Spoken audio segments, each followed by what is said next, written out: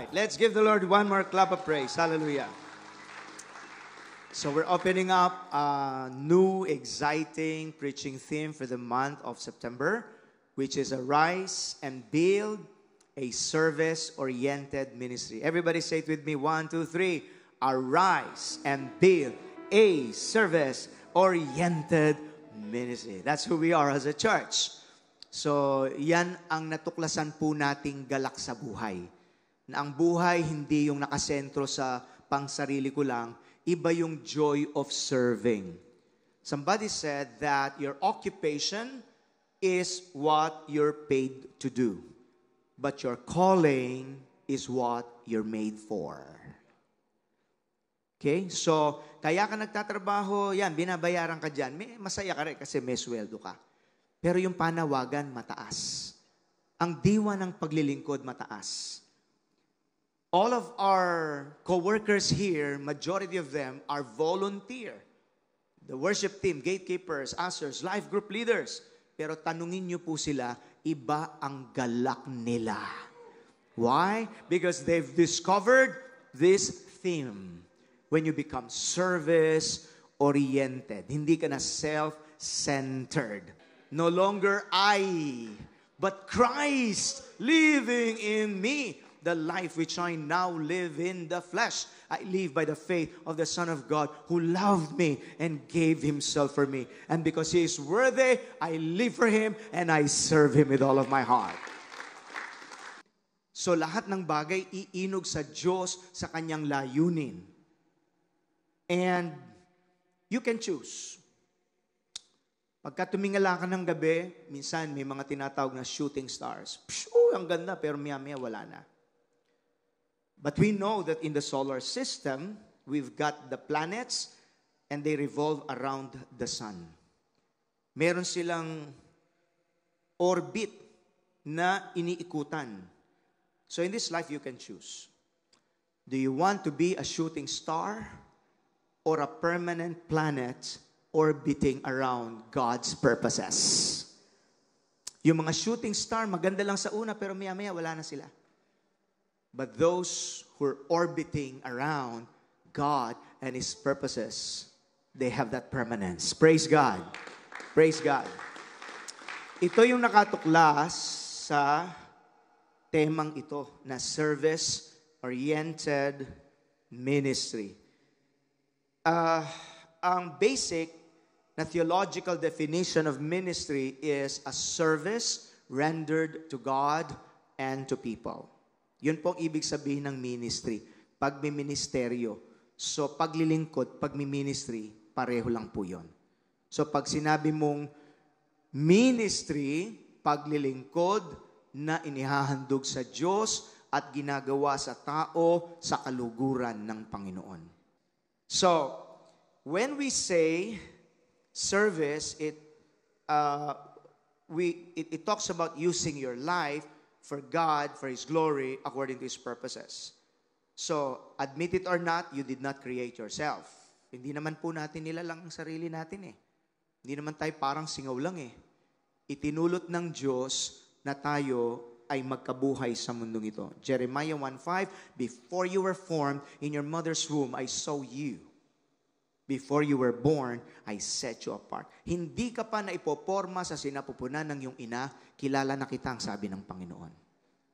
Hindi ka pa na ipapanganak, na ihanda na ang plano ko sa buhay mo.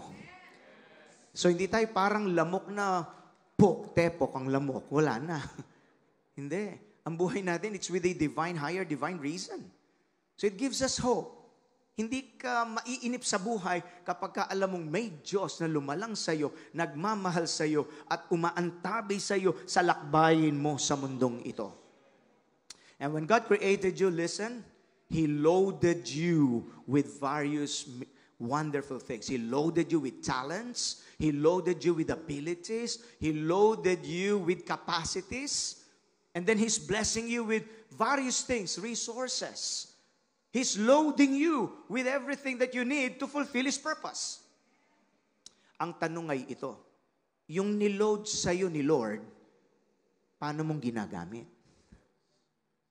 Ang ganda ho kanina, no, nung isang praise, everything we have, and everything we are God's. Lahat ng kung anong meron tayo, lahat ng kung sino tayo, lahat pag-aari naman ng Diyos, galing lahat sa Kanya yan. Hindi mo kinreate yan mag-isa. Ang tanging tanong, titignan ng Diyos, paano mong gagamitin yan? Paano mong gagamitin yung talento mo? Gagamitin mo ba ito para pabilibin lang ang tao at para pasayahin ang malaswang mata ng tao? Paano mo gagamitin ang oras mo? Are you going to use it productively or sasayangin mo? Paano mong gagamitin ang katawan mo? Paano mong gagamitin yung resources, pananalapi mo na pinagtitiwala ng Diyos? Now, that will determine if you understand the service-oriented ministry theology. Now, having said this, napansin ko po, I'll do a little approach today. I'll be using the material that I've used na inilagay ng Panginoon sa aking puso sa ating JIL La Union. I've sensed that it's very applicable for the theme for this month. What is that? Yung buhay natin, talento, lahat ng niload ng Lord sa'yo, malibang yan ay nakasuko sa altar ng Panginoon, you will just corrupt them. But when you offer your life, talents, time, treasure, all of your resources into the altar of God, they will be consecrated, they will be used properly, and then you can say, magiging tama ang yung pagiging service-oriented. Magagamit mo para ipaglingkod ayon sa kalooban ng Diyos. Pero kapag hindi nakahandog yan sa altar ng Panginoon, gagamitin mo lang yan para magpasikat ka. Gagamitin mo lang yan para sa iyong sarili. And it will corrupt your life. So I would like to focus today on the importance of building your altar for God. Because that's the launching pad. That's the launching pad of a service-oriented ministry. Ang sabi po, but now I said to them, you know very well what trouble we are in. Madaling salita, may problema sila. Ano yung problema? Mabigat. Jerusalem lies in ruins, wasak, and its gates have been destroyed by fire. Let us rebuild the wall of Jerusalem and end this disgrace. Para magwakas na itong kahihiyan na nararanasan natin sa mata ng ibang mga nasyon na nakapalibot sa atin. Pag pinaliit natin, kinuha natin yung spiritual principle, it's very powerful. Sapagkat dumarating po tayo sa mga mabibigat na karanasan wherein we feel disappointed and devastated. Gumuguho minsan ang buhay natin. Gumuguho ang mga relasyon, gumuguho ang pangarap sa buhay. Pastor, ito ang pangarap ko sa buhay, napakaganda. Ba't ganitong nangyari sa akin? Hindi ito ang pinangarap ko. Gumuhong pangarap. In ruin. Maganda ang banggit ng isang lingkod ng Diyos by the name of Derek Prince, and it's very exhorting. He said, man's disappointments can become God's appointments because of His grace. That is what happened to Sister Carolina. Nung bumagsak ang buhay niya, wala ng pag-asa, dati mayabang daw, mapanirang puri sa kapwa, mapagmura. Sabi niya kanina, gumuho ang buhay ko in effect. Dati kasi bilib ako masyado sa sarili ko. Feeling ko kaya ko na lahat. She was so disappointed.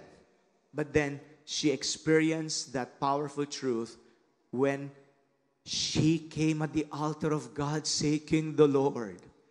Man's disappointments can become God's powerful appointments. Doon nagkaroon ng turnaround ang kanyang buhay. At tayong lahat ay na-bless. Kaya palang gawin ng Diyos yun. Kaya palang gawin ng Diyos yun. So, just like Nehemiah, that's what he did. Nang nabalitaan niya, in ruins, ang Jerusalem, ang bakod, what did he do? Hindi siya yung nagngawa-ngawa lang at nagwala at nanisi at nag-adik-adik at Hindi ganun ang kanyang ginawa. In effect, he came to the altar of God. The Bible says he prayed and then he fasted for 4 months. Not 21 days, not 40 days. 4 months. Talagang luhod sa Diyos, subsob sa panalangin. Because desperate situations require desperate prayers. Nehemiah did that. Nahipo niya ang puso ng Panginoon. The rest is a miraculous story. Yung ruined walls, more than 100 years, miraculously naitayo in 52 days. Ang ibig sabihin, kahit matagal nang wasak ang isang area ng buhay mo, pag nanalig ka sa Diyos, tama ang gamit mo ng altar ng Panginoon. God is able to do a quick work in your life. Miraculously. So kahit nagsisimula kang wasak, matutunan mo lang ang katotohanan ng altar ng Diyos, kayang basagin ng Diyos ang sumpa sa iyong buhay. That's Bible. So therefore, ang tanong, ano ba ang altar sa Biblia? Bakit ito mahalaga? Ano ang katumbas nito sa bagong tipan? Look at this in the Old Testament, Genesis chapter 12, verse 7. Then the Lord appeared to Abram and said, I will give this land to your descendants. And Abram built what? An altar. We're talking about building an altar for the Lord. There, and dedicated it to the Lord who had appeared to him. So Abraham is called a man of altars.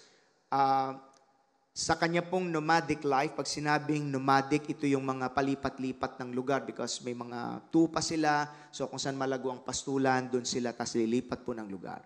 Palipat-lipat, nomadic kind of life. Now, ang kapansin-pansin kay Abraham, kapag nalipat po sila sa isang lugar, alam nyo, ang unang tinatayo, hindi yung tent niya. Ang unang tinatayo, ang altar niya sa Diyos. Yun ang susi ni Abraham, bakit super ang blessing ng Diyos sa kanyang buhay. Ibang-iba kapag sinamahan ka talaga ng Panginoon So before building anything, he starts with the altar of God. And there the Lord communes with him, and then the Lord reveals so many wonderful things to him. The Lord gives vision to him because of that fact that he is a man of the altar. Look at this picture of an altar. Alam ko naman pag altar, somehow may ideya na kayo kahit papaano. So this is Solomon's altar. Modern na po ito. Modern na. May mga isasakripisyo sila. Now, yung payak na itsura ng altar ay ito, yung kapareho nung kay Elijah. Yung inayos niya yung 12 stones of Israel, and then he offered a burnt offering to God. Now, kapag ka sa palasak na termino, ba't may ganyan-ganyan pa sa Bible? May pasunog-sunog, hayo, papatayin. Hindi natin maintindihan talaga yun sa karnan nating isip I hope you will have a deeper understanding about altars after this service. Okay? So, altars are very important. An altar is a place where sacrifice is offered.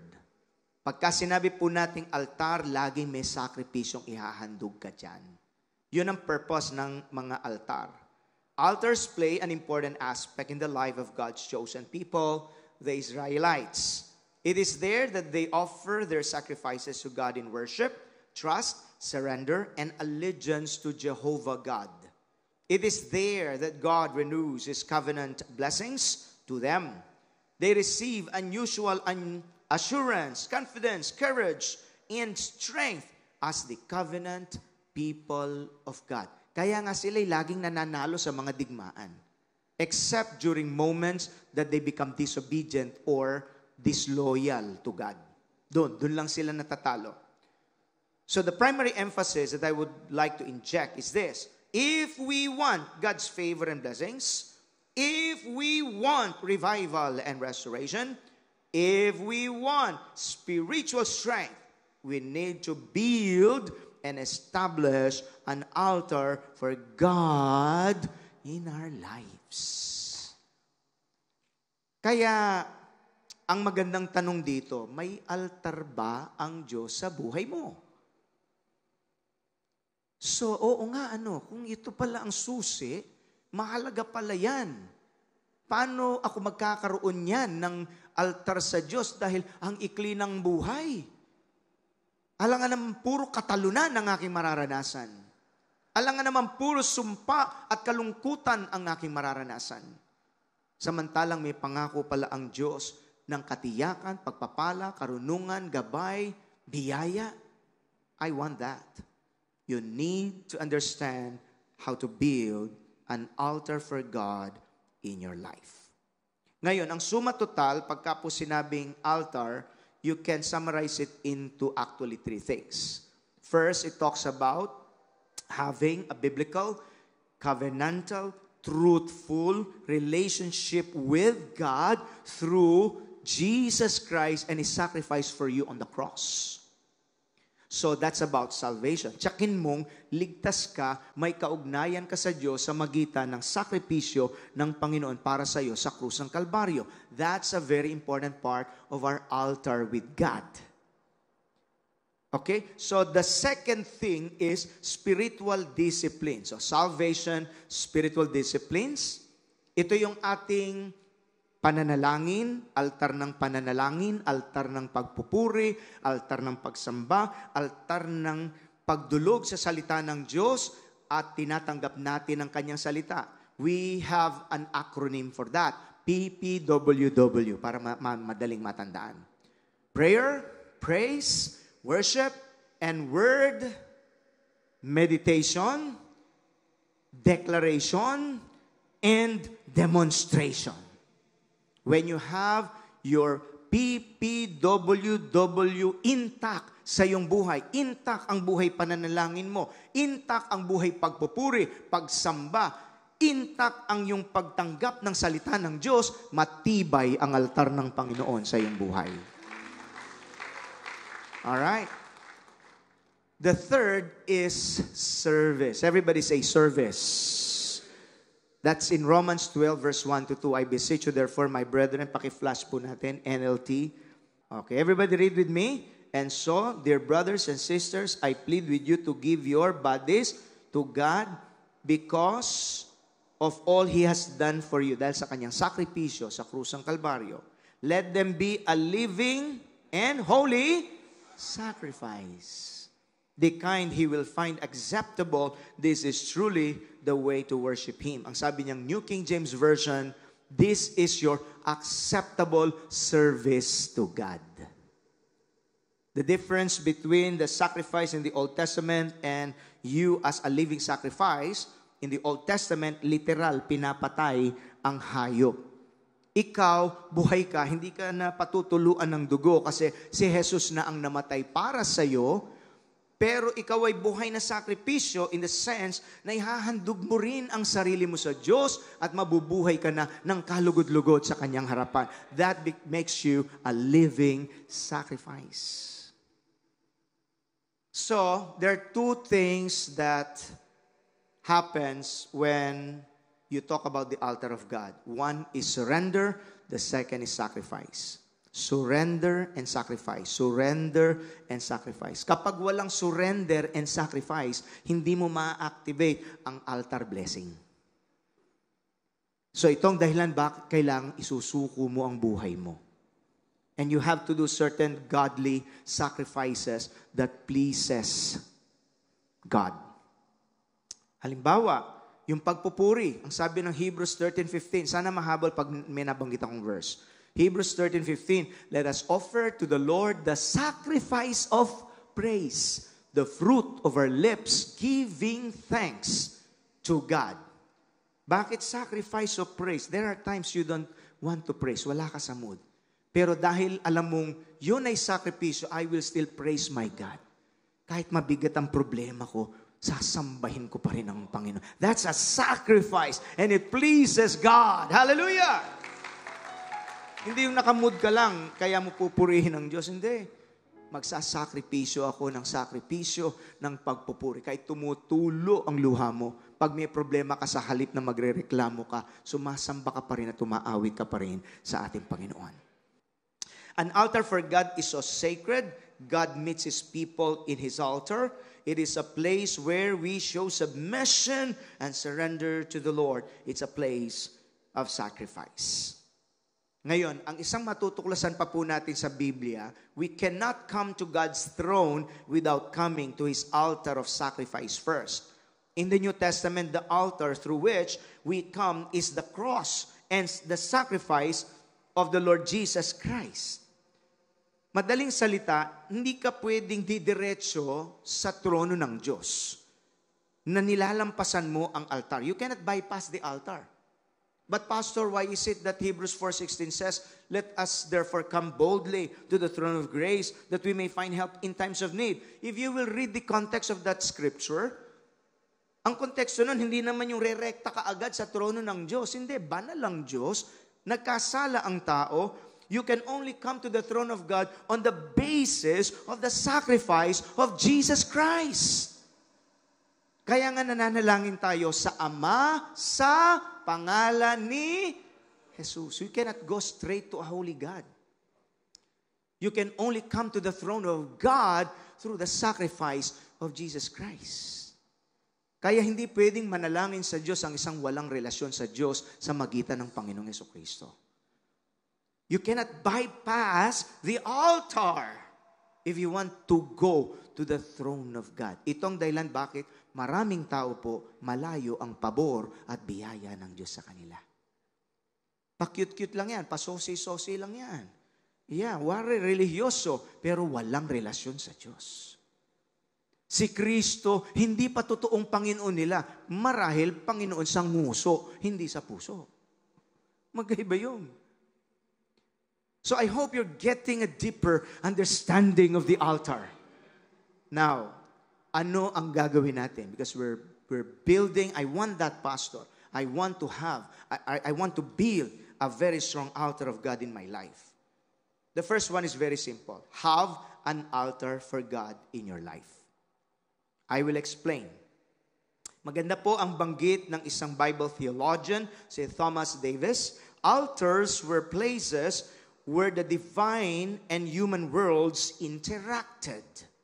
Altars were places of exchange, communication, and influence.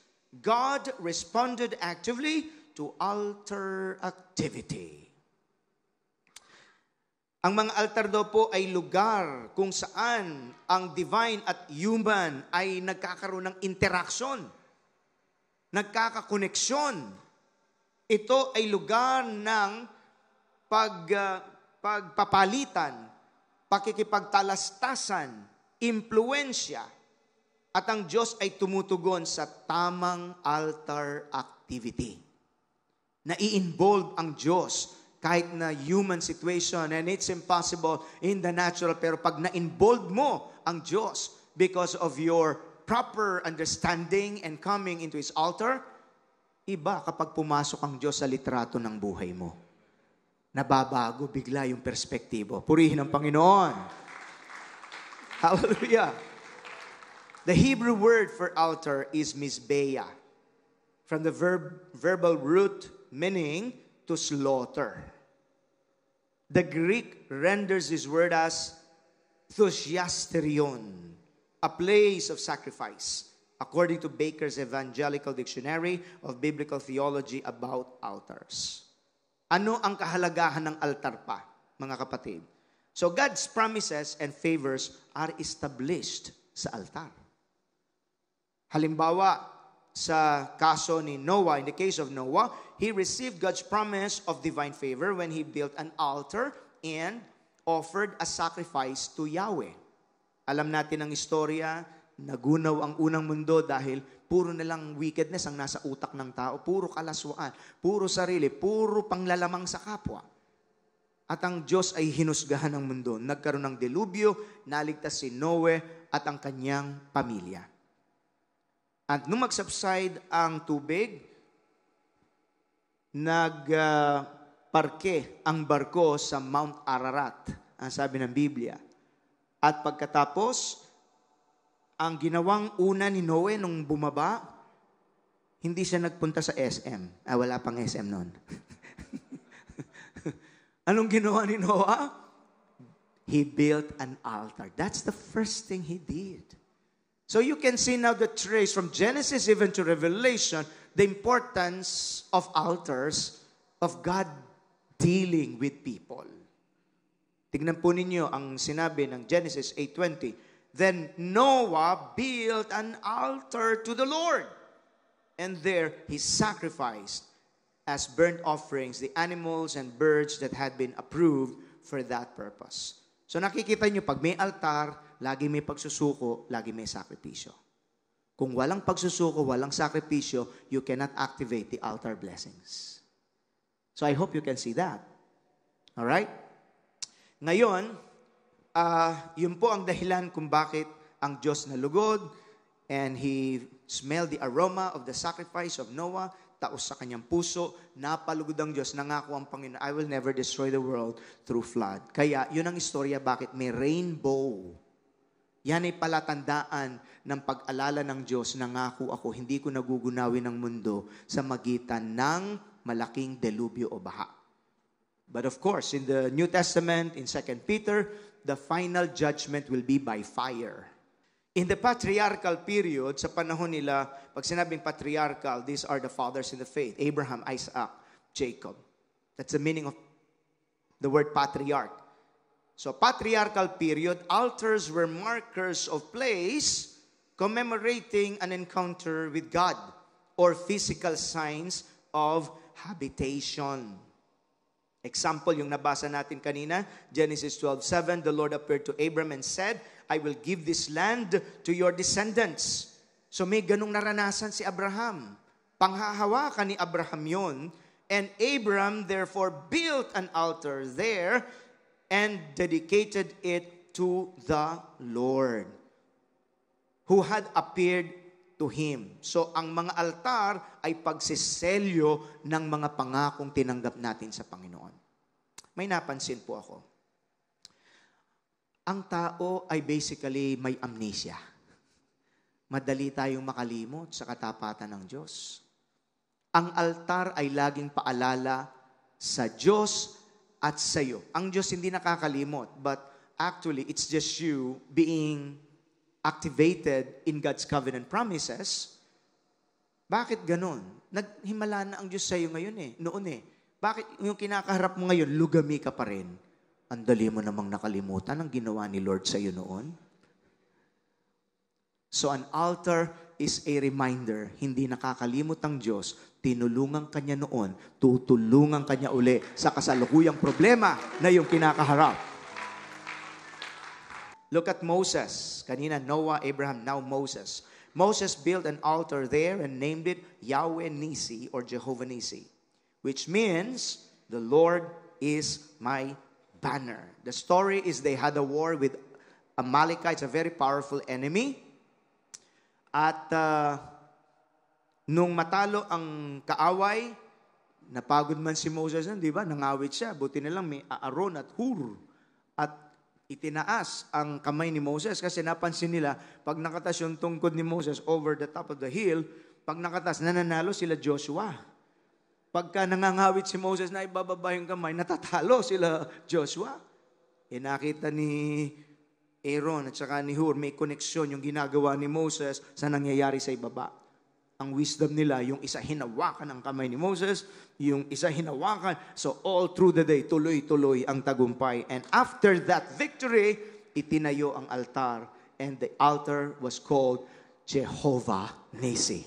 Ang ibig sabihin, ang Panginoon ang aking watawat, ang Panginoon ang makikibaka sa aking mga laban. Tamang magsipag sa buhay, pero huwag ka lang basta magsipag. Kailangan may altar ka ng Diyos. Kasi kung ikaw lang lumalaban, darating ang panahon, kahit may magsabi sa iyong kaibigan mo, Beshi, laban lang, laban lang. Paano ka lalaban? Wala ka nang lakas Mahirap yung lumalabang mag-isa ka lang. Mas masarap yung alam mong ang Diyos lumalaban para sa laban mo. Jehovah Nisi. When you have God's altar, you have that assurance that God will be fighting for your battles. Napakarami pa ng mga very powerful examples, but suffice that we learn this basic truth. So sacrifices were the primary medium of exchange in altar interactions. So the priestly code of Leviticus devotes a great deal of space to proper sacrificial procedure and to what sacrifices are appropriate in various circumstances.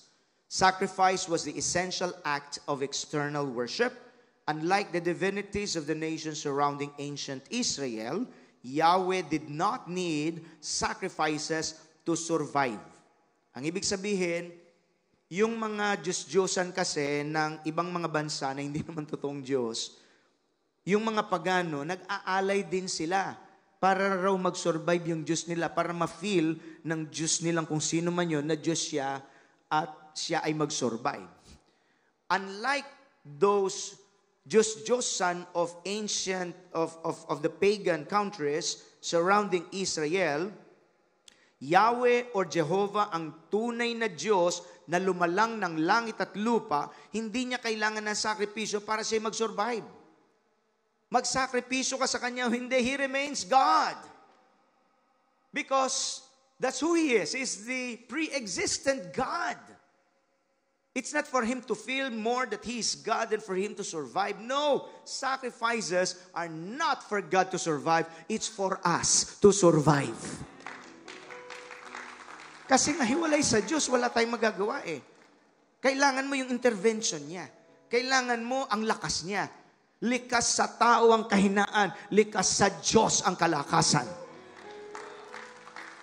So, these sacrifices are not for God. They are for us. At tandaan po natin yun.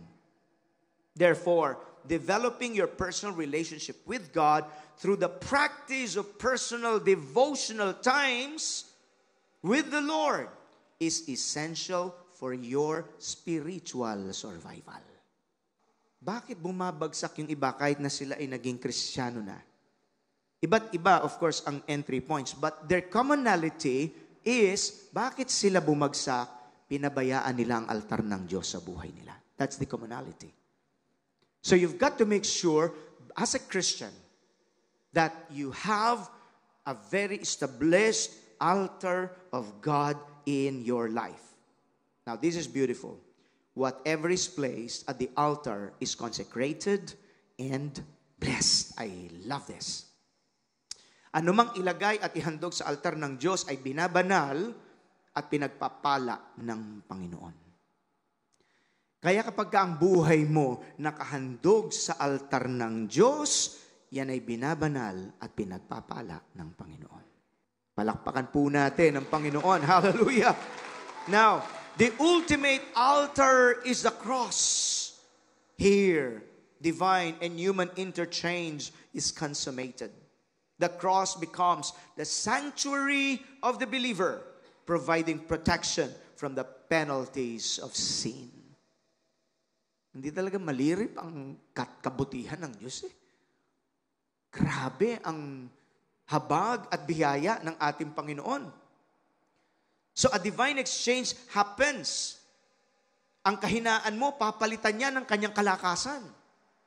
Katunayan sa banal na kasulatan, 2 Corinthians 5:21, siya na walang kasalanan ay naging kasalanan upang tayo na mga makasalanan ay maging katuwiran ng Diyos kay Kristo Jesus na ating Panginoon. So ang paglapit mo ngayon sa Panginoon, hindi na dahil sa iyong sariling katuwiran na kapos sa pamantayan ng Diyos, but when you offer your life to Jesus and receive Him in your heart, when you come to the Father, you bring with you not your own righteousness, but the righteousness of Jesus Christ.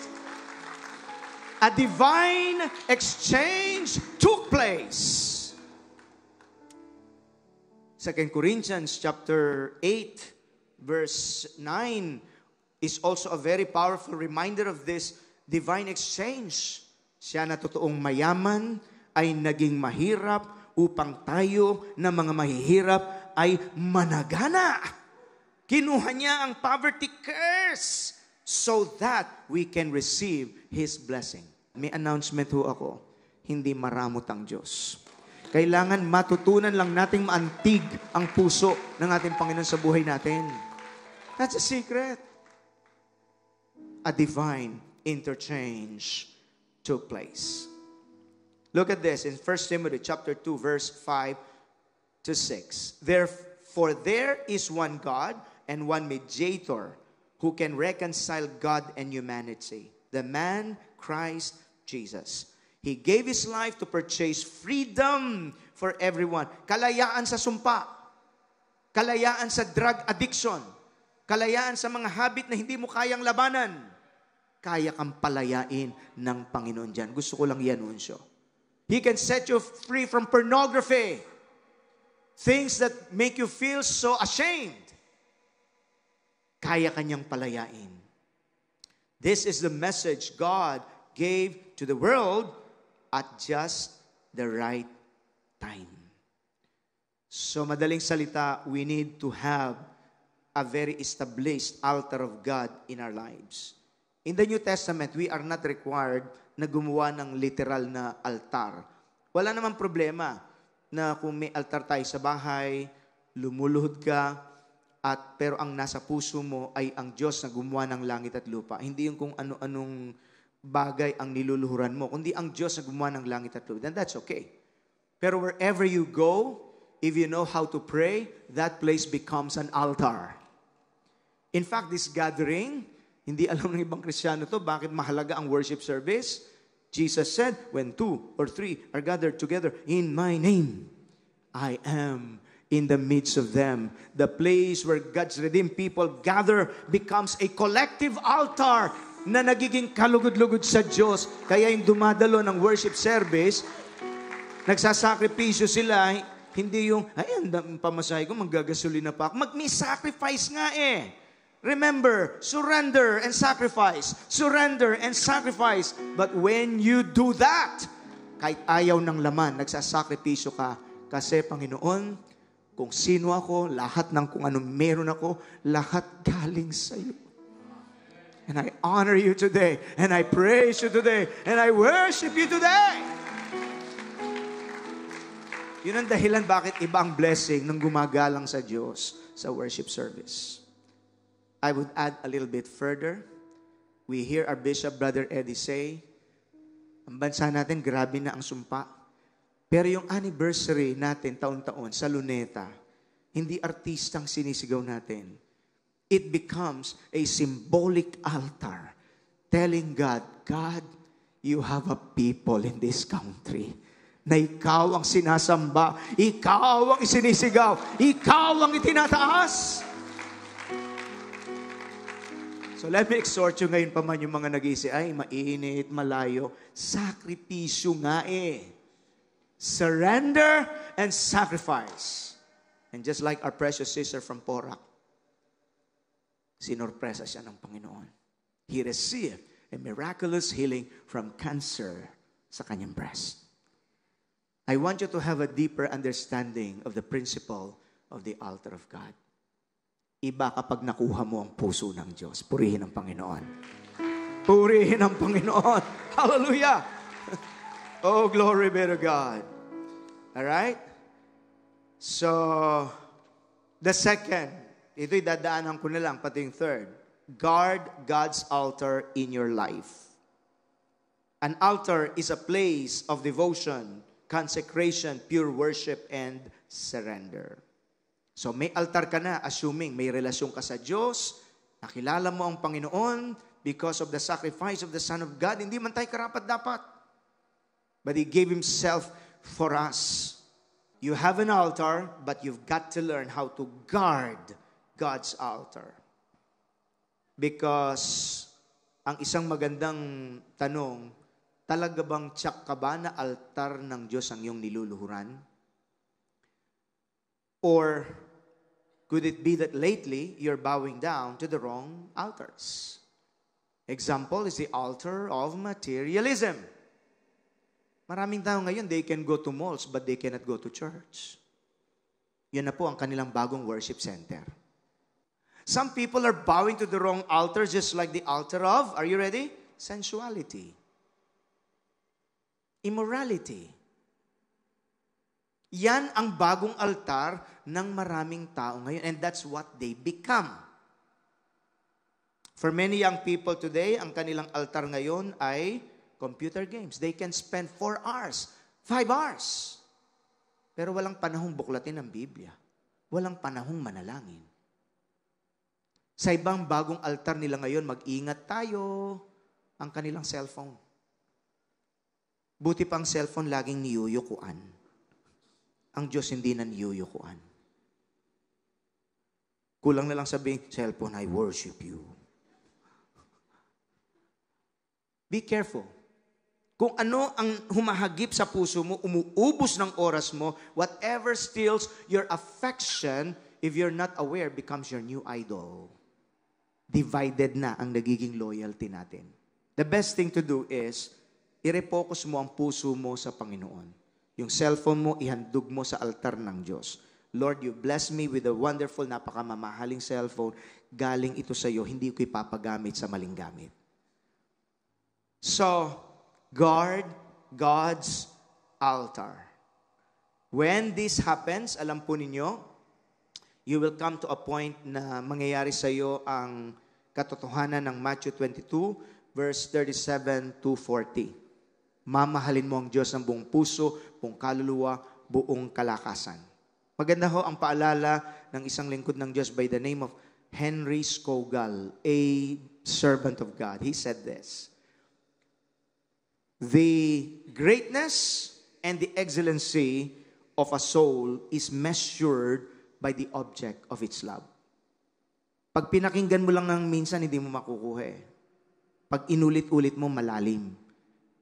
Ang kadakilaan daw at kadalisayan ng isang kaluluwa ay nasusukat mo sa kung ano ang pinagtutuunan niya ng kanyang pag-ibig. So kung ang pag-ibig mo at excitement mo nakatuon sa mga bagay na madaling mawala, yun lang ang level ng iyong kaluluwa. Pero kung ang puso mo, ang isip mo, itinutuon mo ang pag-ibig mo sa Diyos na lumikha sa iyo at nag-bless sa iyo ng mga bagay-bagay, yun din ang kalidad ng kaluluwa mo.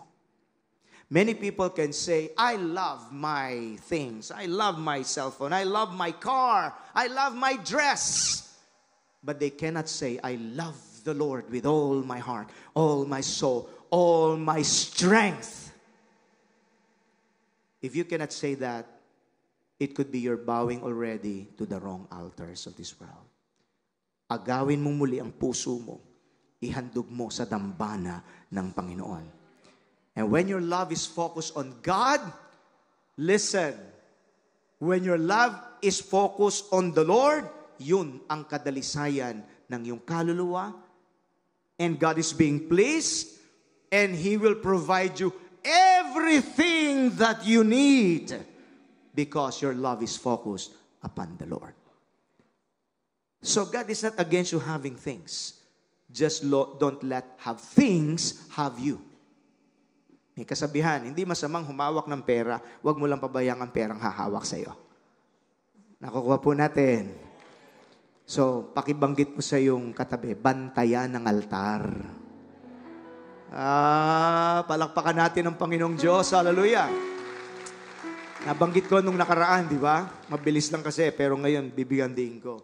When that happens, ang puso mo, binabantayan mo, oh, thank you Lord for this. Because in the Bible, there is no such verse, kahit minsan, na love things. Wala. Pakita nyo sa akin kahit isang verse. Sasabihin ko sa inyo, hindi Biblia yan. Ang pag-ibig dapat nakatuon sa Diyos. We should not love things. We use things, but we don't love things. We love God and use things. Hindi sila ang tagapaglikha natin. Gamit lang sila. So when you keep that kind of heart, makukuha mo ang atensyon ng Panginoon. So the last one is repair God's altar in your life. Repair God's altar. Because it's still possible that God's altar in your life is no longer functioning well. Pwedeng mangyari yun. May altar ka pero hindi na nagfa-function mabuti. Ala sumpong ang gamit mo ng altar ng Panginoon. Sa pagdalo ay minsan dadalo ka, minsan hindi. Hindi establisado. You've got to learn how to normalize your Christian life. Are you with me? Kailan pakita mo sa Diyos? Yung word kanina, nagtumaginting pala sa puso nung kapatid na Sister Carolina, kapag sineryoso mo ang Diyos. Seryosohin niya ang pagpapala sa buhay mo. Tatayo po tayo sa presensya ng Panginoon. So I'll wind up with this. Repair God's altar in your life. Because it's possible na baka hindi na well-functioning ang altar po ng Diyos eh. Minsan ando doon, minsan wala. Hindi na establisado. Such is the case of what happened to Israel's northern kingdom during the time of Elijah. Na-divide kasi ang Israel, southern kingdom, and then northern kingdom. Northern kingdom, 10 tribes of Israel. Southern kingdom is the tribe of Judah at sumama ang Benjamin sa kanya. Yun ang southern kingdom. Ang unang nahulog at nakubkob ng mga kaaway ay ang northern kingdom because they became so idolatrous. And hinamon sila ni Elijah because they're no longer loyal to God. Yeah, may binabanggit ang Diyos pero hindi na sila matapat sa Panginoon. Pwede ho palang mangyari yun, na tayo wari Kristiyano, pero divided na yung heart mo. Hindi na solid sa Panginoon. And so Elijah confronted the Israelites and he challenged them to repair God's altar. He said these words, 1 Kings 18:30-32. Then Elijah called to the people, "Come over here." They all crowded around him as he, what? Repaired the altar. Everybody say, repair the altar of the Lord that had been torn down. Nasira ang altar ng Diyos. What a sad picture. He took 12 stones, one to represent each of the tribes of Israel. Nadudurog ang puso ko pag binabasa ko ito eh. This man of God, Elijah, became God's channel of compassion for Israel. Kumuha ng 12 stones uli representing the 12 tribes of Israel, palatandaan ng kanilang pagbabalik loob sa Diyos. And then he used the stones to rebuild the altar in the name of the Lord. Then he dug a trench around the altar large enough to hold about 3 gallons. Bishop Baderedi calls this the Mount Carmel Jewel. Hinamon ni Elijah yung mga false prophets ni Baal, 450 of them. Sige, mauna kayo. Maghandog tayo. At ang Diyos na tumugon sa magitan ng apoy, siya ang tunay na Diyos. In fact, if you will study the meaning of the name of Elijah, it means the Lord is God. Mount Carmel Jewel is the climax of his ministry. Maghapon, nagkat-kat pa ng ritual-ritual yung mga prophets of Baal. Walang Diyos na tumugon at tumupok ng apoy sa kanilang hain. Gabi na noon, it's Elijah's time. 12 stones. Naglagay ng hain. At pagkatapos tumawag sa Panginoon. It's a very dramatic story. Mula sa kalangitan, bumabang apoy. Tinupok yung hain. Lahat, bato, walang natira. Pati yung tubig, talagang tinupok ng apoy. Nagsigawan ng mga tao. The Lord, He is God. Siyang tunay na Diyos. He is God. That's the meaning of the name of Elijah. The Lord is God. Wala nang ibang tunay na Diyos, kundi ang Diyos na lumalang ng langit at lupa at lumalang sa'yo. Madaling salita, bakit luluhod ka sa mga hindi lumalang sa'yo? Ang tanging karapat dapat luhuran ay ang lumalang sa'yo. Yung tunay na nagmahal sa'yo. Huwag mong ipaagaw ang iyong pag-ibig sa mga bagay ng mundo at mga maling altar. And if I may use this occasion, let this service be as though a Mount Carmel. Na ang magiging pasya mo today will either cause you for your life to move upward or move downward kapag mali ang iyong pasya. Hanggang kailan ka magdadalawang isip? Kung si Yahweh ang totoong Diyos. Kung ang Diyos na lumalangan ng langit at lupa ang totoong Diyos para sa iyo. siya lang ang luluhuran mo. And many of us need to repair our altar. Your heart is already scattered. But by the power of the Holy Spirit, hingin mo sa Diyos, Lord, dati maningas ako, ibalik mo ang ningas sa puso ko. Ibalik mo ang alab ko sa iyo, Panginoon, symbolized by the fire that fell down from the heaven. And God will begin to answer your prayer. Kung babaybayin po ninyo ang istorya, nagkaroon ng El Nino, hindi umuulan, tigang ang buhay. Ang question na ito, bakit mo pinagtatagal na tigang ang buhay mo? Walang hamog ng biyaya ng Panginoon. When you repair the altar of God, pag binaybay ang istorya, nalugod ang Diyos, yung saradong langit, nagbukas, biglang umulan, at muling nakapagtanim ang mga Israelita, dun lang uli sila nakapag-ani. Could it be na baka tigang ang buhay ko at ayos ako ng ayos? Kasi sa totoo lang po, maraming tao gusto namang maayos ang buhay eh. Ang problema ay ito. Ayos ng ayos, pero hindi pa rin ayos. Bakit? Kasi hindi inaayos ng una ang altar ng Diyos. Bati na tayo ha? My precious wife, precious husband, hindi pa rin sila magkasundo. Bakit? Pilit mong inaayos ang relasyon mo sa iyong asawa, pero hindi mo inaayos ang relasyon mo sa Diyos. Unahin mong mag-ayos sa altar ng Diyos. Tinitya ko sa iyo, lahat unti-unting maaayos. Purihin ang Panginoon. Hallelujah! Glory be to God. Whenever God's place in your life is not in order, things in your life will also get out of order. That's a principle.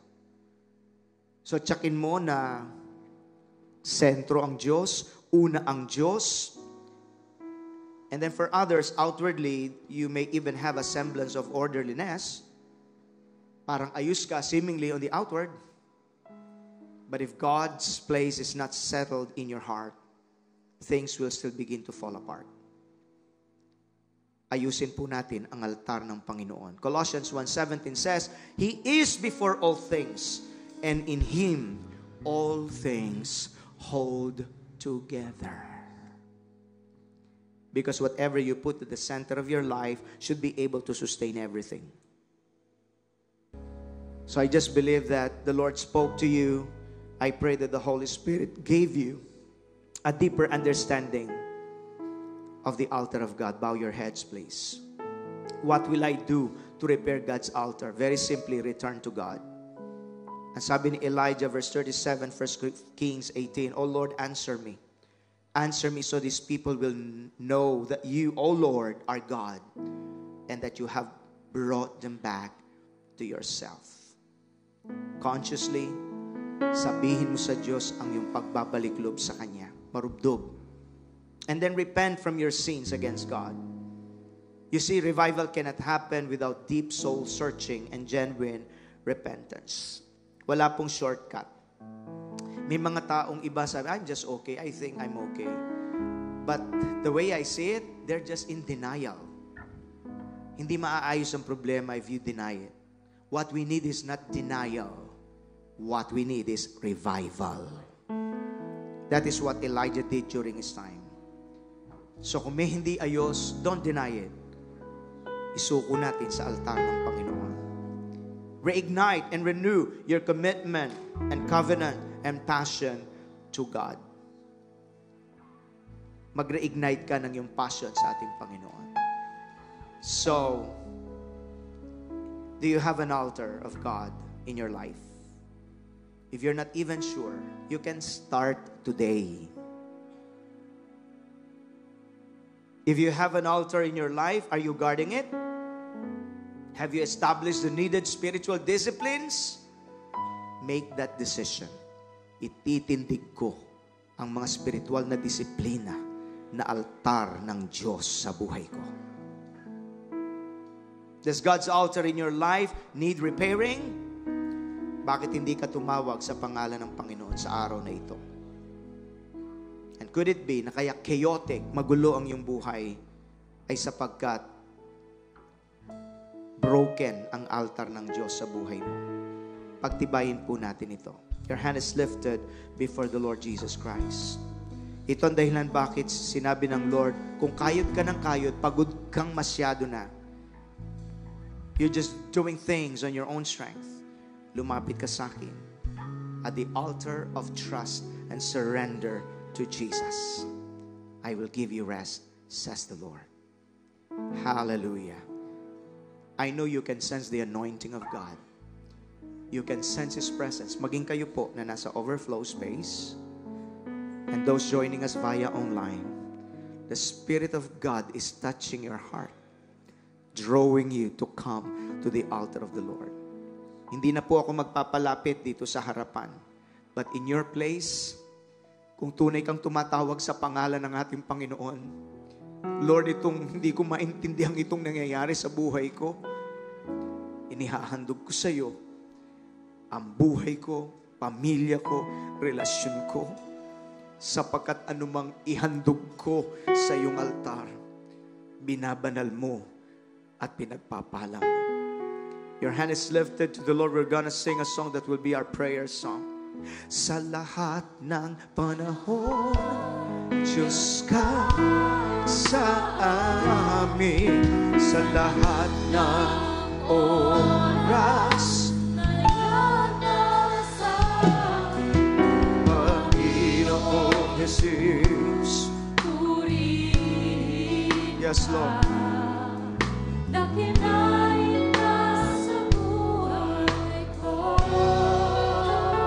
Aming Ama. Sing it from the first verse. O Diyos,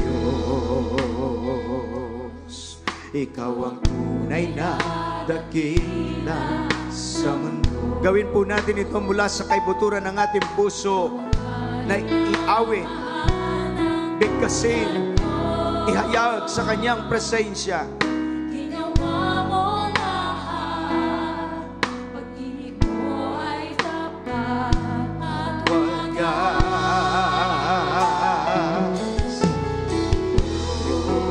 Wala nang papantay sa kabutihan mo. Napakamahabagin ng Diyos. Ang ngalan mo itataas sa buhay ko. Sundin ang loob mo. Sundin ang loob mo. Iparinig ang nais mo. Here we go now. Lift your hands to Him. Sa lahat ng hallelujah. Let the Lord touch you and strengthen you today. Oh, He can see your situation. Panginoong Jesus, purihin ka. Dakilain ka sa buhay ko. Aming Ama, aming Ama. Oh, take time to worship Him. Verbalize your worship.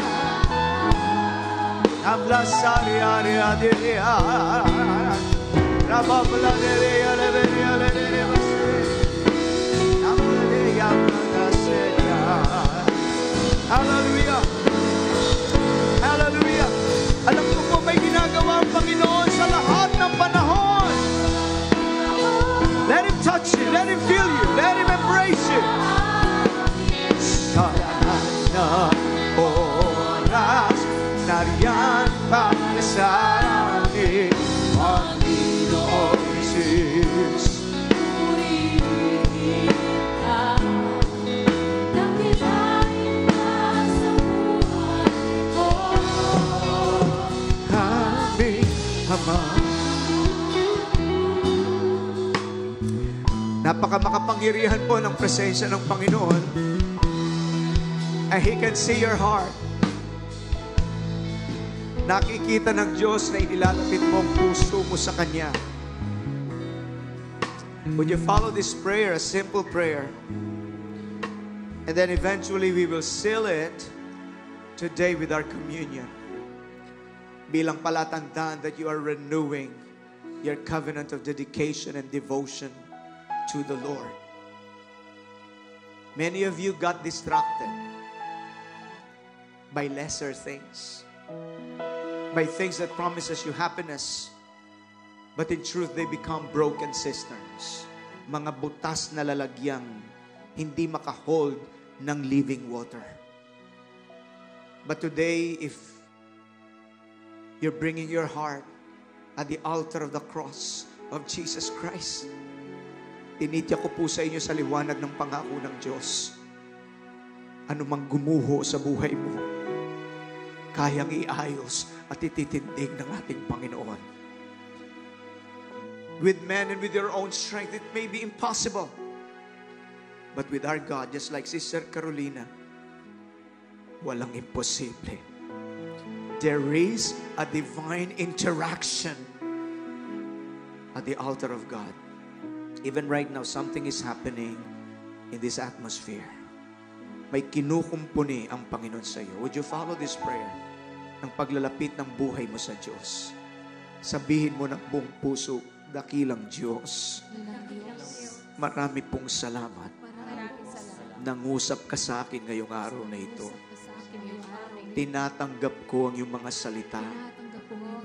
And I'm stepping in faith, Lord Jesus. I will establish your altar in my life.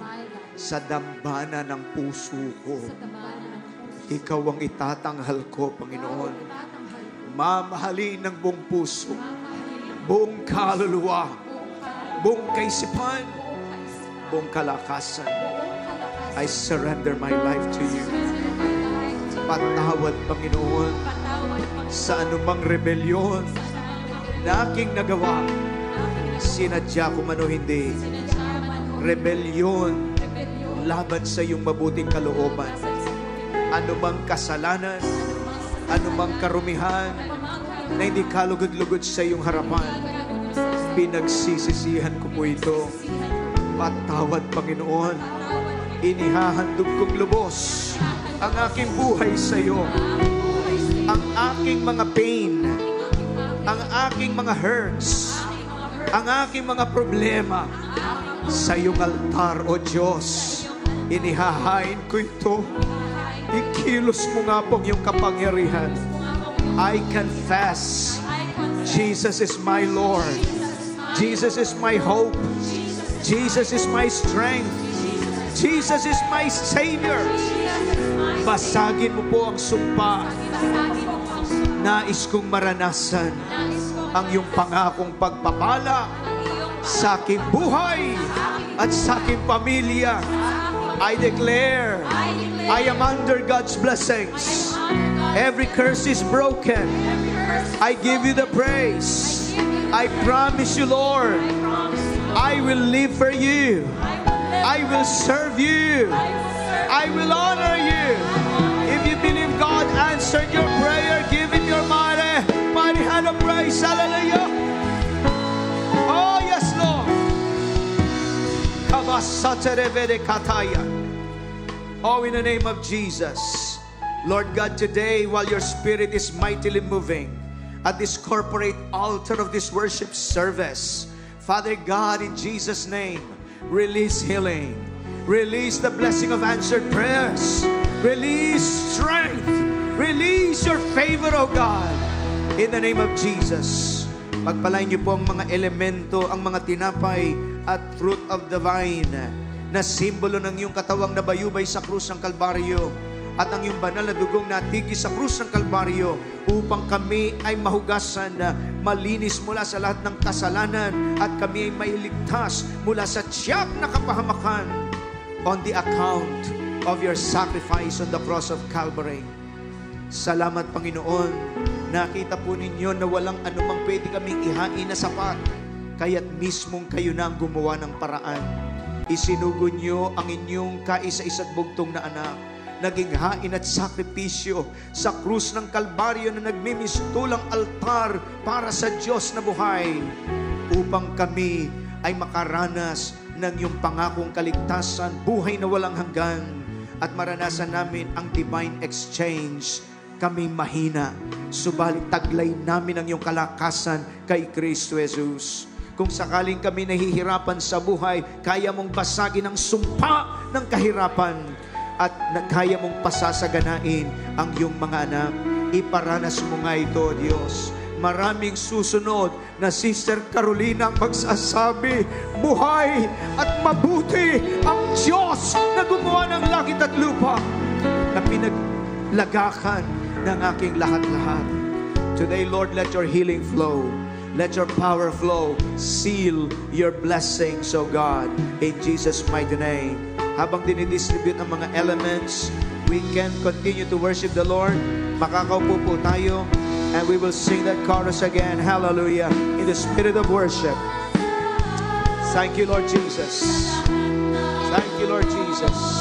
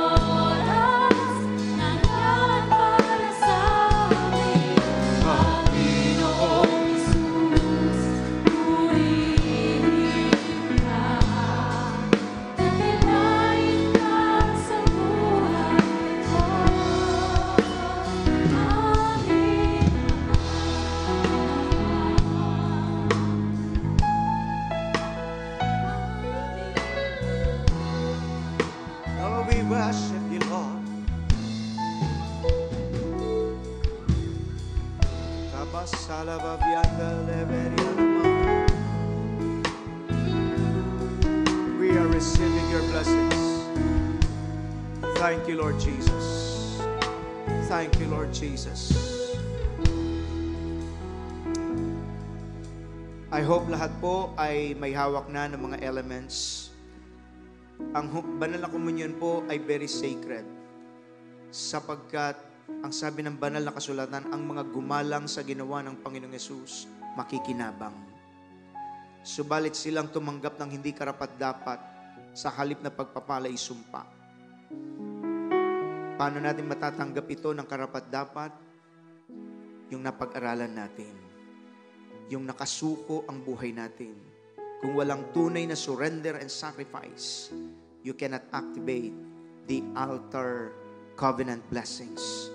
But I believe kanina pa man, hinipo ng Diyos ang ating mga puso, drawing us closer to Him. And He is answering our prayers. Itas natin sa Diyos ang mga tinapay. For I received from the Lord that which I also delivered to you, that the Lord Jesus, on the same night in which He was betrayed, took bread. When He had given thanks, He broke it and said, "Take, eat, this is my body, which is broken for you. Do this in remembrance of me." Inalala ka ng Panginoon nung siya'y nabayubay sa krus ng Kalbaryo. I want to remind you that He's not even thinking about Himself. He's thinking about you. He's thinking about your family. He's thinking about your future. He's thinking about your eternity. Holy Communion is a reflection time ng pag-alala natin sa pag-ibig ng ating Panginoon. Ating pong kainin.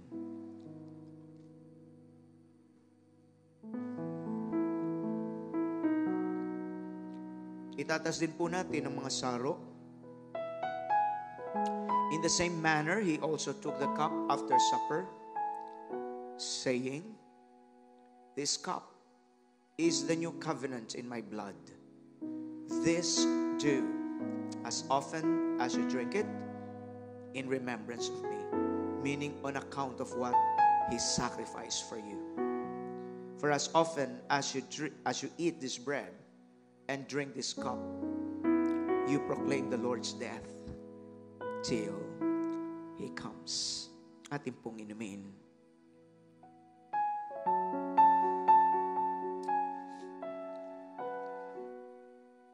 Thank you, Lord.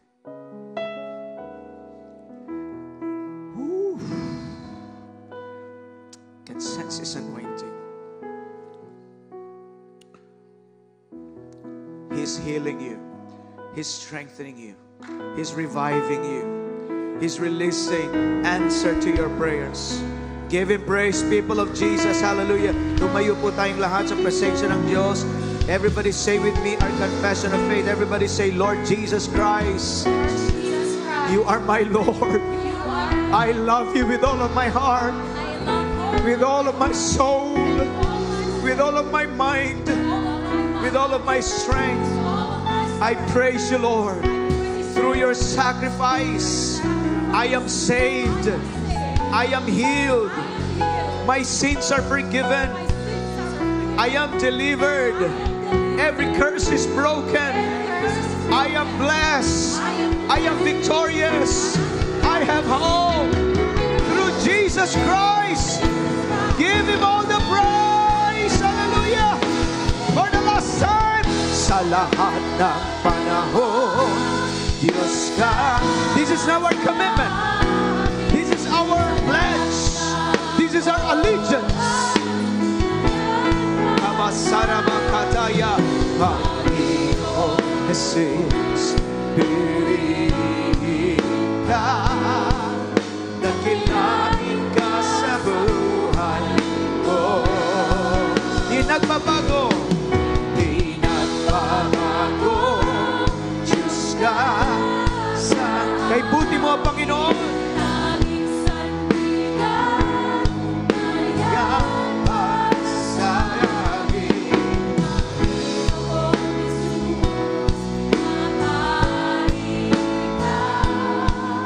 Magliwanag ka sa buhay ko, aming Ama. Oh, aming Ama. Oh, aming Ama.